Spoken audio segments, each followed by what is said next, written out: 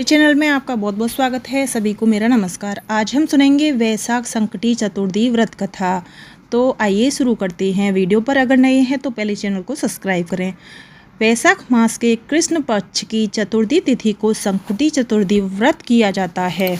धार्मिक मान्यताओं के अनुसार इस दिन विधिवत पूजा अर्चना करने से विघ्नहर्ता गणेश सभी तरह के विघ्न को दूर कर देते हैं और घर परिवार में सुख शांति बनी रहती है। किसी भी माह की चतुर्थी भगवान गणेश को समर्पित होती है, लेकिन वैशाख संकटी चतुर्थी का विशेष महत्व है। मान्यता है कि इस दिन व्रत करने और कथा सुनने मात्र से ही भगवान गणेश का आशीर्वाद बना रहता है और सुख शांति और समृद्धि में अच्छी वृद्धि होती है। तो आइए वैशाख संकटी चतुर्थी व्रत कथा शुरू करते हैं। पहले हाथ में कुछ अक्षत ले लें हैं, तभी कथा सुने।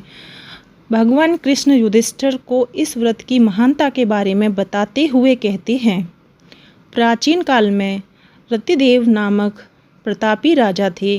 राजा की मित्रता यम, कुबेर और इंद्रादि देवों से थी। उनके ही राज्य में धर्मकेतु नामक ज्ञानी ब्राह्मण रहते थे। उनकी दो पत्नियां थीं, एक सुशीला और दूसरी चंचला। सुशीला कोई ना कोई व्रत करती थी जिससे उसका शरीर दुर्बल हो गया। वहीं चंचला कोई व्रत नहीं रखती थी और भरपेट भोजन करती थी।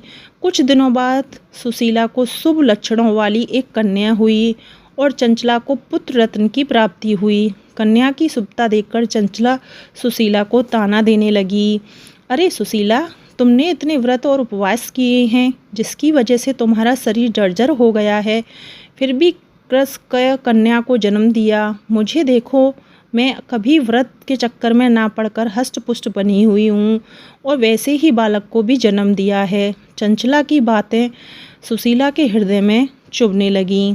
वैशाख चतुर्थी के दिन सुशीला ने पूरी भक्ति भाव के साथ संकटनाशक गणेश चतुर्थी का व्रत किया। व्रत से प्रसन्न होकर गणेश जी ने दर्शन दिए। गणेश जी ने आशीर्वाद देते हुए कहा कि हे सुशीला, तेरी कन्या के मुख से मोती और मूंगा प्रभावित होती रहेंगी और तुझे वेद शास्त्र वेता एक पुत्र भी होगा। वरदान को देने के बाद गणेश जी अंतर्ध्यान हो गए।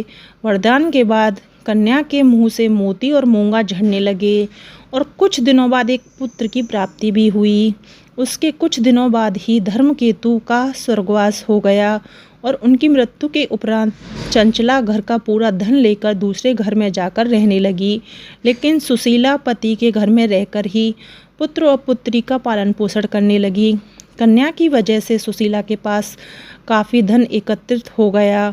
इस कारण चंचला और सुशीला और उसके परिवार से ईर्ष्या करने लगी। एक दिन हत्या के उद्देश्य से चंचला ने सुशीला की कन्या को कुएं में धकेल दिया। कुएं में गणेश जी ने सुशीला की कन्या की रक्षा की और वापस माता के पास भेज दिया। कन्या को जीवित देखकर चंचला का मन उद्विग्न हो उठा। वो सोचने लगी, जिसकी रक्षा स्वयं ईश्वर कर रहे हैं उसे कौन मार सकता है। इधर सुशीला अपनी पुत्री को पुनः प्राप्त कर प्रसन्न हो गई और गणेश भगवान को धन्यवाद कहा और प्रार्थना की।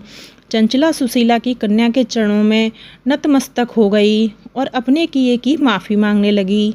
चंचला ने सुशीला से कहा कि सुशीला, तुम बहुत दयावान हो और दोनों कुलों का उद्धार करें। जिसकी रक्षा स्वयं भगवान करते हों उसका मनुष्य क्या बिगाड़ सकता है। इसके बाद चंचला ने भी वैशाख मास के कृष्ण पक्ष की चतुर्थी तिथि का व्रत किया। गणेश जी की कृपा से दोनों परिवार के बीच सब सही हो गया। जिस पर गणेश जी की कृपा होती है उसके शत्रु भी मित्र बन जाते हैं। भगवान गणेश ने जिस प्रकार सुशीला की मदद की उसी तरह वे सभी की मदद करते रहें। जय गणेश भगवान, बोलो गणेश जी महाराज की जय। तो यहाँ वैशाख संकटी चतुर्थी की कथा समाप्त होती है। वीडियो कैसे लगी कमेंट बॉक्स में ज़रूर बताएं। वीडियो पसंद आई हो तो चैनल को सब्सक्राइब करें, क्योंकि देखिए मैं कोशिश करती हूँ अच्छी से अच्छी वीडियो बनाने की, इसलिए अच्छी लगी हो तो सपोर्ट दिखाएं और चैनल को सब्सक्राइब अवश्य करें।